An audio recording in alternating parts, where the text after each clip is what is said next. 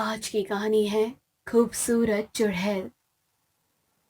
एक बार की बात है, सूरजपुर नाम के गांव के बाहर एक घना जंगल था, जहां गांव वाले जाने से बहुत डरते थे। उस जंगल में एक खूबसूरत चुड़ैल गांव वालों को अपनी खूबसूरती के जाल में फंसाकर उनका शिकार किया करती थी। चुड़ैल को अपनी खूबसूरती का बहुत घमंड था, पर चांदनी रात में चुड़ैल का असली रूप सामने आ जाया करता, जिससे चुड़ैल बहुत डरा करती थी। गांव में रीमा और राहुल एक दूसरे को बहुत पसंद करते थे और अपने अपने परिवार से छुपकर हमेशा अकेले में मिला करते थे। पर एक दिन राहुल के पिता उन दोनों को साथ में बैठा देख लेते हैं और राहुल को वहां से ले जाते हैं। राहुल अपने प्यार के लिए अपने परिवार को लाख समझाने के बाद भी रीमा से मिलने चला जाता है। रीमा, अब हम यहाँ नहीं मिल पाएंगे।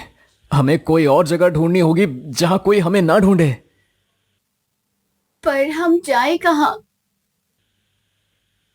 क्यों ना हम जंगल में मिले। वहां तो कोई आता जाता भी नहीं और कोई हमें ढूंढने की हिम्मत भी नहीं करेगा। पर वहां वो तो चुड़ैल रहती है ना।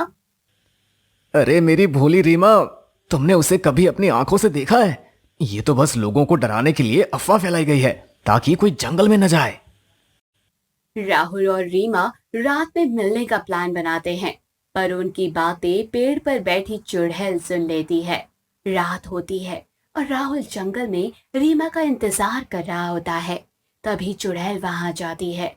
चुड़ैल की खूबसूरती देखकर राहुल के होश उड़ जाते हैं और वो बस एकटक चुड़ैल को देखता रह जाता है। अरे अरे, तुम यहाँ इतनी रात में क्या कर रहे हो? कहीं किसी का इंतजार तो नहीं कर रहे ना? अरे नहीं नहीं, मैं तो बस गांव की तरफ जा रहा था। पर आप इतनी रात गए अकेले इस जंगल में क्या कर रही है?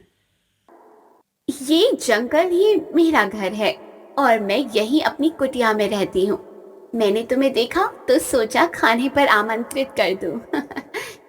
राहुल चुड़ैल की खूबसूरती पर मोहित हो चुका था और वो चुड़ैल का आमंत्रण स्वीकार करके चुड़ैल के पीछे पीछे उसकी कुटिया में जाने लगता है।